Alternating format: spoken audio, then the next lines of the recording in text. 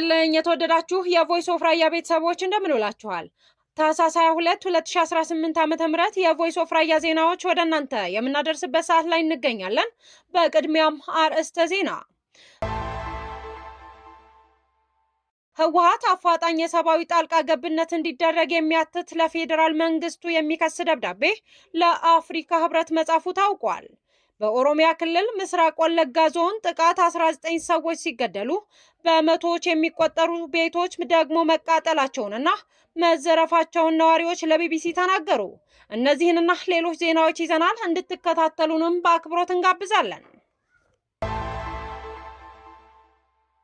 ህወሓት አፋጣኝ የሰብአዊ ጣልቃ ገብነት እንዲደረግ የሚያትት ለፌዴራል መንግስቱ የሚከስ ደብዳቤ ለአፍሪካ ህብረት መጻፉ ታውቋል። በደብዳቤው እንደተገለጸው ለ5 ዓመታት ከቀጠለው ሞት በኋላ በታህሳስ 2018 ዓ.ም የሟቾች ቁጥር ከጦርነቱ ጊዜ በላይ በከፍተኛ ሁኔታ ጨምሯል ብሏል። በትግራይ የሚገኙ የተፈናቃይ ማዕከላት ህጻጽ፣ ሽሬ፣ አድዋ፣ አብይ አዲ፣ አድግራት፣ መቀለና ሌሎች በመቶ ሺዎች የሚቆጠሩ ሰዎች የፕሪቶሪያ ስምምነት አንቀጽ 4 በሚጥስ መልኩ ስልታዊ ለሆነ ረሃብ ተጋልጧል ያለው ህወሓት የሰዎች አካል ወደ አጽምነት ተቀይሯል። የቀብር ስነ ስርዓቱ በ2015 እስከ 2018 ዓ.ም ከነበረው በሳምንት አንዴ አሁን በተደጋጋሚ ወደ መሆን ተሸጋግሯል ብሏል። የፌዴራል አደጋ ስጋት ስራ አመራር ኮሚሽን እርዳታ እያቀረብኩ ነው ያለው ፕሮፓጋንዳ እንጂ በተግባር ወደ ተፈናቃዮች የደረሰ ትርጉም ያለው እርዳታ የለም በማለት የከሰሰው ህወሓት መንግስት ማህበረሰቡ የሚያደርገውን የእርስ በርስ መረዳዳት ወንጀል አድርጎታል ብሏል። በማህበራዊ ሚዲያ ገንዘብ የሚያሰባስቡ የማህበረሰብ አንቀሳቃሾች ዛቻ እየደረሰባቸው ነው ብሏል። የቲክቶከሮች በ10 ሚሊዮኖች የሚቆጠር ብር ወደ መንግስት አካውንት እንዲገቡ እየተገደዱ ሲሆን የህዝቡ መረዳዳት ሀብቶች እየተወረሱ ነው በማለት በደብዳቤው ከሷል። ከ1 ሚሊዮን በላይ ተፈናቃዮች አሁንም በወረራ ወደሚገኘው ምዕራብ ትግራይ መመለስ አልቻሉም ብሏል።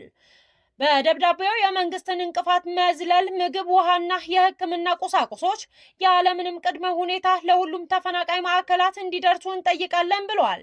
ተፈናቃዮች ወደ ምዕራብ ትግራይ የሚመለሱበትን ግልጽ የጊዜ ሰሌዳ መጠየቅ፣ ድርጊቱን የሚያወግዙ መግለጫዎችን ማውጣት፣ የአፍሪካ ህብረትና የተባበሩት መንግስታት የጸጥታው ምክር ቤት አስቸኳይ ስብሰባ እንዲጠራ ማድረግ እንዲሁም እርዳታን በሚያግዱ ባለስልጣናት ላይ የታለመ ማዕቀብ መጣል ይገኙበታል ሲል ለአፍሪካ ህብረት በህወሓት በዛሬው ዕለት ተጽፎ ወደ አፍሪካ ህብረት የተላከው ደብዳቤ ያመለክታል። በዶክተር ደብረጽዮን ተፈርሞ ለአፍሪካ ህብረትና ለተባበሩት መንግስታት ደብዳቤዎች በተደጋጋሚ ቢላክም የተሰጠ ምላሽ ግን እስካሁን አልተስተዋለም ብለዋል። በኦሮሚያ ክልል ምስራቅ ወለጋ ዞን ጊዲ አያና ወረዳ በኦሮሚያ ልዩ ኃይል ተፈጽሟል በተባለው ጥቃት 19 ሰዎች ሲገደሉ በመቶዎች የሚቆጠሩ ቤቶች ደግሞ መቃጠላቸውንና መዘረፋቸውን ለነዋሪዎች ለቢቢሲ ተናገሩ። ተቃዋሚዎቹ እናት ፓርቲና ኢህአፓ ጥቃቱ በመንግስት መዋቅር የተፈጸመ መሆኑን በመግለጽ ሲያወግዙት የክልሉና የአካባቢው ባለስልጣናት እስካሁን ምንም ያሉት ነገር የለም። በወረዳው የአማራ ተወላጆች ይኖሩበታል በተባለው ጠጋ ጊጂ አነስተኛ ከተማ ታህሳስ 14 2018 ዓ.ም አንድ ሞኖክሴን ጨምሮ በርካታ ሰላማዊ ሰዎች በስለትና በጥይት በአሰቃቂ ሁኔታ ተደብድበው መገደላቸውን ቢቢሲ ያነጋገራቸው 5 የዓይን እማኞችና የሟች ቤተሰቦች አስታውቀዋል። ከጥቃቱ 2 ቀናት አስቀድሞ በአካባቢው ለወራት የቆየው የመከላከያ ሰራዊት ለቆ ሲወጣ የመንግስት የጸጥታ ኃይል የሆነው የኦሮሚያ ልዩ ኃይል መግባቱን ነዋሪዎች ተናግረዋል። ማክሰኞ ታህሳስ 14 ከጠዋቱ 12 ሰዓት ላይ በአካባቢው የተኩስ ልውውጥ መጀመሩን የተናገሩት ነዋሪዎች የተኩስ ልውውጡ በማን መካከል እንደተደረገ እንደማያውቁና አንድ ነዋሪ ሲናገሩ፣ ሌላ ነዋሪ ደግሞ መሳሪያ አናስረክብም ብለው ጫካ በገቡ ራሳቸውን ፋኖ ብለው በሚጠሩ ታጣቂዎችና በኦሮሚያ ልዩ ኃይል መካከል ውጊያ መደረጉን ለቢቢሲ ተናግረዋል። ከዚህ ቀደም ይደርስብናል ያሉትን ዛቻ መሰረት አድርገው ባደረባቸው ስጋት መከላከያ ሰራዊት ሲወጣ ቤተሰቦቻቸውን እንዲሸሹ እንዳደረጉ የተናገሩት አንድ የዓይን እማኝ ከ2 ቀናት በኋላ ሲመለሱ እልቂትና ውድመት መመልከታቸው ለቢቢሲ ተናግረዋል።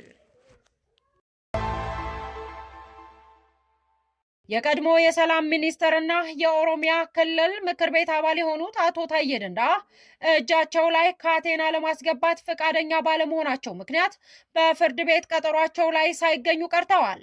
አቶ ታዬ ደንደአ ረቡዕ ታህሳስ 22 2018 ዓ.ም ልደታ በሚገኘው የፌዴራል ከፍተኛ ፍርድ ቤት ያቀረበባቸውን 3 ክሶች ለማየት ቀጠሮ ተይዞላቸው ነበር። ፍርድ ቤቱ ቀጠሮ ይዞ የነበረው የአቃቢ ሕግን ክስና የተከሳሹን ተቃውሞ ለመስማት ነበር። ይሁን እንጂ አቶ ታዬ ደንደአ ጠበቆች በችሎቱ ላይ ቢገኙም እርሳቸው ግን ሳይገኙ ቀርተዋል።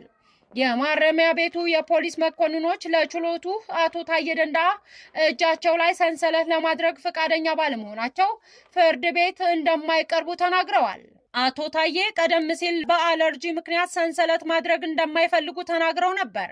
ፍርድ ቤቱ በበኩሉ የማረሚያ ቤት ፖሊስ ተከሳሹን በጥንቃቄ ምክንያት ወደ ፍርድ ቤት አለመቅረቡ ስህተት መሆኑን ተናግሯል። ችሎቱ አቶ ታዬ ደንደአ ሐሙስ ታህሳስ 23 2018 ዓ.ም ችሎት ፊት እንዲቀርቡ ትዕዛዝ ሰጥቷል። አቶ ታዬ ከቀረበባቸው 3 ክሶች በሁለቱ ነጻ ሲባሉ የጦር መሳሪያ ሕግን በመተላለፍ በቀረበባቸው ክስ ግን ጥፋተኛ ተብለው የ7 ዓመት ከ2 ወር እስር ተፈርዶባቸዋል። አቶ ታዬ ነጻ የተባሉባቸው ክሶች ከጠላት ጋር ማበር እና የሀገር መከላከያ ሰራዊት ለመምታት ዝግጅት አድርገዋል የሚሉ 2 ከባድ ክሶች ናቸው። የታህሳስ 22 2018 ዓ.ም የቮይስ ኦፍ ራያ ዜናዎች እነዚህ ይመስሉ ነበር። ስለተከታተላችሁን እጅግ አድርገን እናመሰግናለን። ሰላም